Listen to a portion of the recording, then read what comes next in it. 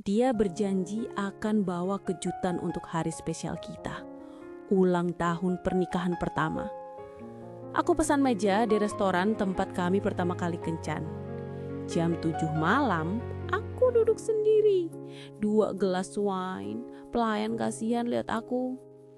Jam 8, dia telepon. Suara riuh klub di belakangnya. Das, mahal banget. Sponsor tiba-tiba datang. Ini penting buat karirku. Aku cinta kamu ya. Kita rayain besok double. Aku tutup telepon. Nggak marah, cuma hampa. Tapi yang bikin sakit itu, 2 hari kemudian aku lihat chatnya sama temen tim. Isinya, lupa ultan pernikahan bro. Dasar gue. Tapi akhirnya dia ngerah juga sih. Ceweknya gitu, dimanja dikit langsung lemes. Di detik itu, bukan marah sama kalimat cewek ya gitu.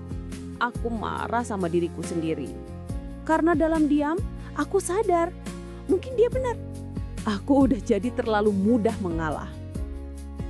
Kalian pernah ngerasa kayak gitu? Ngerasa diri sendiri jadi versi yang paling kalian benci, cuma buat mempertahankan ilusi sempurna yang kalian bangun di depan orang lain? Ini kisahku.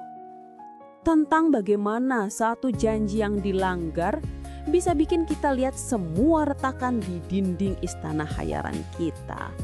Welcome to Satu Rumah, Dua Janji.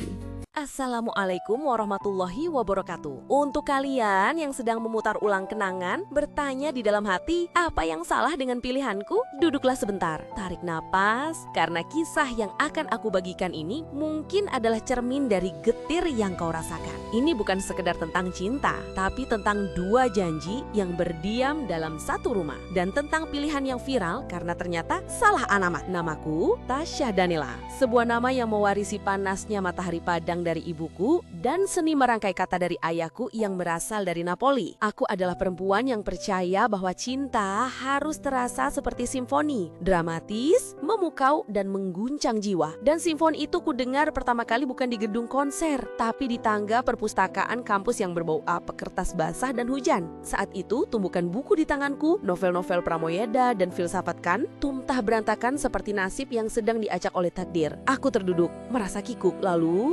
sepasang sepatu basket bersih yang tak seharusnya ada di zona sunyi perpustakaan itu menghampiri. Melihatmu seperti melihat lukisan yang sedang berantakan, suara itu menggema. Aku mendongak.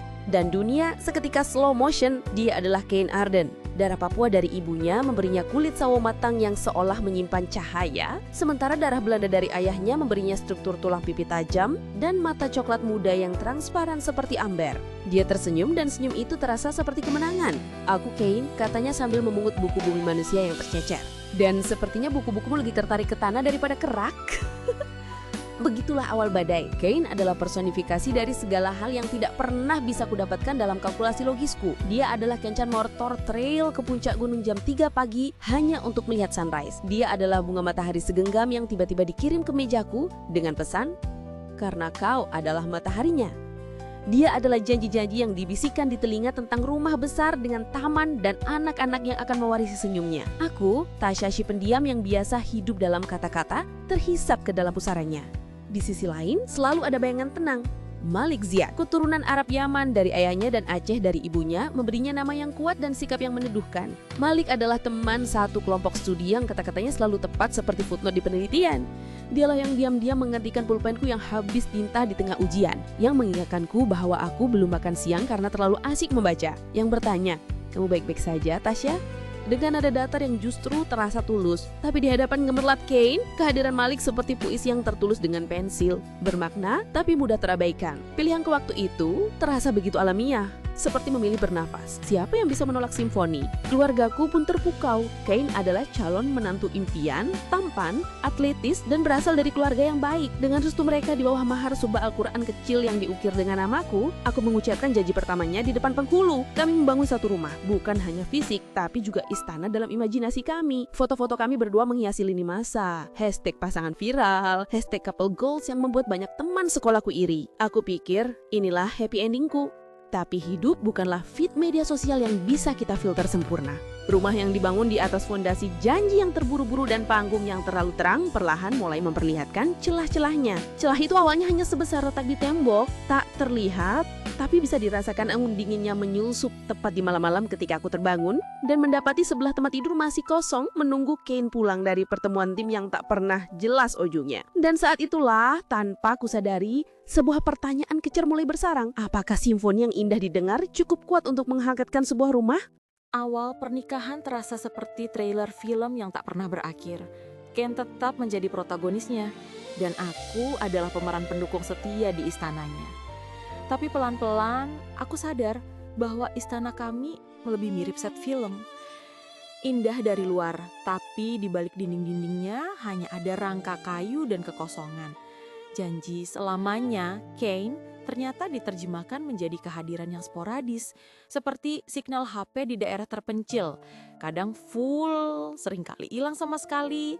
Aku mulai mengenal satu kosakata baru, waiting, menunggu dia pulang dari latihan yang molor, menunggu janji makan malam yang batal karena ada meeting mendadak dengan sponsor, menunggu perhatian yang kini harus kurebut dengan keributan kecil. Aku yang dulu diam-diam bangga jadi pusat perhatiannya, kini harus berteriak, "Lihat aku, Kane, aku di sini," hanya untuk mendapat respon setengah hati. Sementara itu di dunia yang lain, Malik Ziyad menjalani hidupnya dengan ritme yang ajak. Aku kadang melihatnya dari jauh di kafe kampus tempat dulu kami biasa diskusi. Duduk sendiri, mata tertuju pada laptop. Sesekali tersenyum tipis pada sesuatu yang dia baca. Tenang, tidak perlu membuktikan apa-apa pada siapapun. Aku ingat dulu pernah bertanya padanya, "Malik, kamu gak pernah galau ya?" Dia hanya balas pertanyaan, "Galau itu pilihan, Tasya. Aku memilih untuk fokus pada yang bisa dikontrol." Saat itu jawabannya kualir begitu saja. Kini di tengah kekacauanku yang tak terkontrol, kata-katanya itu terngiang seperti wajangan orang bijak yang baru kupahami 10 tahun kemudian. Pukulan pertamanya datang di hari ulang tahun pernikahan kami yang pertama. Aku sudah pesan meja di restoran tempat kami pertama kali kencan. Sehari sebelumnya, Kin berjanji akan pulang cepat. "Special day sayang, aku bakal bawa kejutan," bisiknya. Siangnya dia masih mengirim foto dirinya di arena basket. "Lagi bersiapan buat kejutan nih," captionsnya. Jam 7 malam, meja untuk berdua itu masih kosong sebelah. Aku duduk menghadap 2 gelas wine sendirian dilayani tatapan kasihan pelayan. Jam 8 dia menelepon. Suara riuh di belakangnya. "Tas, maaf banget, sponsor tiba-tiba datang mau dinner. Ini penting buat karirku. Aku cinta kamu ya. Kita rayain besok double." Aku menutup telepon. Tak marah, hanya hampa. Yang lebih menyakitkan adalah 2 hari kemudian tanpa sengaja aku melihat chatnya dengan teman timnya di layar HP-nya yang terbuka. "Lupa ulta pernikahan bro, dasar gue." Tapi akhirnya dia ngalah juga sih. Cewek ya gitu, dimanja dikit langsung lemes.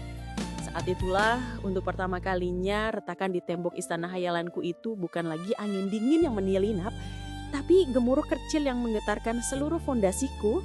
Aku tidak marah pada kalimat "cewek ya gitu", aku marah pada diriku sendiri. Karena dalam diam aku sadar, mungkin dia benar. Aku telah menjadi terlalu mudah mengalah. Dan di sudut pikiran yang paling gelap muncul bayangan.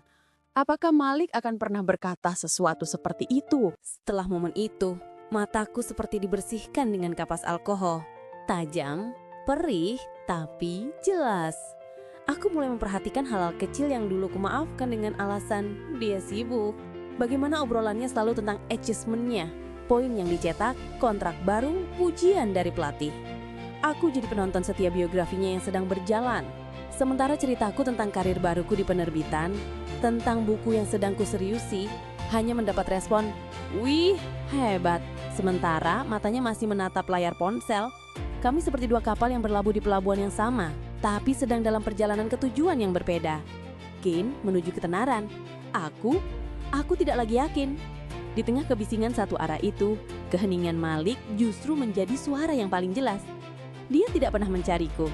Tapi setiap kali aku, biasanya karena kesepian yang memuncak, mengiriminya pesan ringan tentang buku atau suatu artikel, balasannya selalu tepat, mendalam dan ada.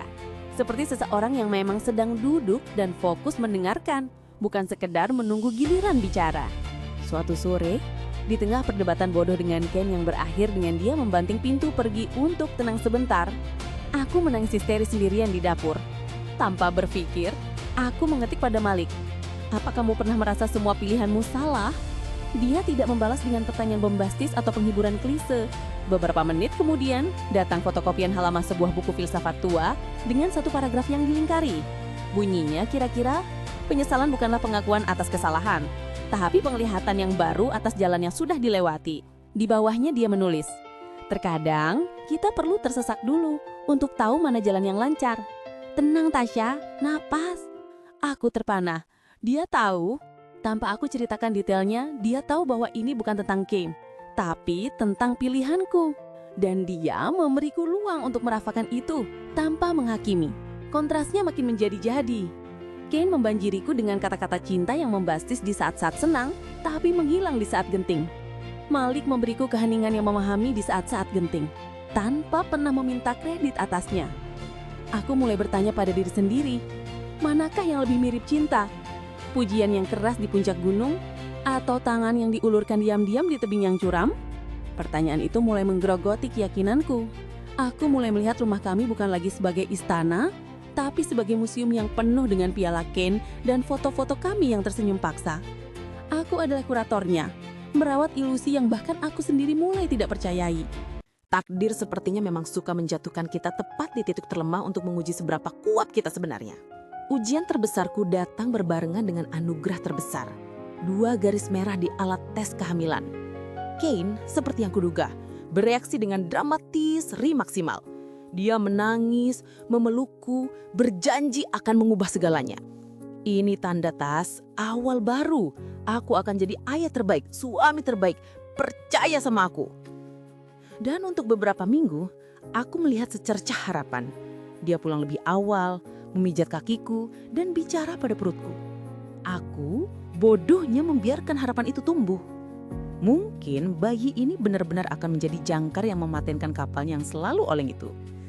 Tapi monster bernama kebiasaan lebih kuat dari niat sesaat. Janji-janji lamanya kembali. Ada pertandingan exhibition yang tidak bisa ditinggalkan, ada kampanye sponsor yang mengharuskan dia pergi kota, ada malam kekeluargaan dengan tim yang ternyata berisi pesta di klub. Aku dengan tubuh yang membesar dan emosi yang labil, kembali menjadi penunggu setia. Malam terakhir sebelum segalanya benar-benar runtuh, aku demam tinggi. Kane sedang di luar kota lagi. Teleponnya, seperti lagu lama yang sudah hafal nadanya, tidak diangkat. Dalam kepanikan, ketakutan yang lebih dalam dari sakit fisik, jari-jariku gemetar mengetik pesan. Bukan pada keluarga, karena aku malu mengakui betapa sendiriannya aku. Tapi pada satu nomor yang secara tak sadar telah menjadi titik aman. Malik, aku tidak enak badan. Takut. Tidak lebih dari 15 menit, dia sudah ada di depan rumah. Wajahnya pucat bukan karena takut, tapi karena khawatir. Dia membawaku ke UGD, mendampingi segala proses, menjadi penanggung jawab sementara untukku. Dan ketika Ken airnya tiba, 3 jam kemudian dengan segudang alasan, aku melihat perbedaan itu dengan sangat jelas. Ken datang dengan penyesalan yang berisik. Malik telah memberikan ketenangan yang nyata. Dan pukulan terakhir itu datang saat proses persalinan yang kacau. Kane lagi-lagi terlambat. Malik lagi-lagi yang mengantarku ke rumah sakit dengan mobilnya yang menenangkanku saat aku histeris menahan kontraksi.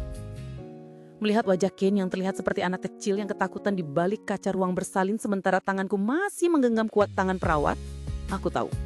Aku bukan marah. Aku tahu, ini bukan tentang cinta lagi. Ini tentang dasar keberlangsungan hidup. Aku tidak bisa membangun sebuah keluarga di atas fondasi ketidakhadiran. Saat Naila, putri kecilku menangis untuk pertama kalinya dan diletakkan di dadaku, air mataku mengalir deras. Campuran antar kebahagiaan tak terkira dan kesedihan yang mendalam. Aku menyambut seorang malaikat sambil mengubur sebuah ilusi. Di detik itu aku berjanji pada Naila dalam hati, Ibu akan memilih yang pasti untukmu. Ibu tidak akan membiarkanmu meragukan kehadiran orang yang seharusnya ada. Kini, satu rumah itu akhirnya memiliki arti yang sesungguhnya. Hanyalah aku dan Naila. Sunyi tapi tidak sepi. Penuh dengan tawa bayi dan kepastian bahwa jika ada tangisan di malam hari, yang datang adalah ibunya, bukan telepon yang tidak terjawab. Perceraian dengan Ken bercalar lebih sunyi daripada pernikahan kami. Seperti akhir dari film yang salah genre. Dia mengangguk, lelah dan berkata, "Aku tahu ini salahku. Aku janji akan tetap jadi ayah yang baik." Sebuah janji yang ironisnya kini lebih sering ditepatinya.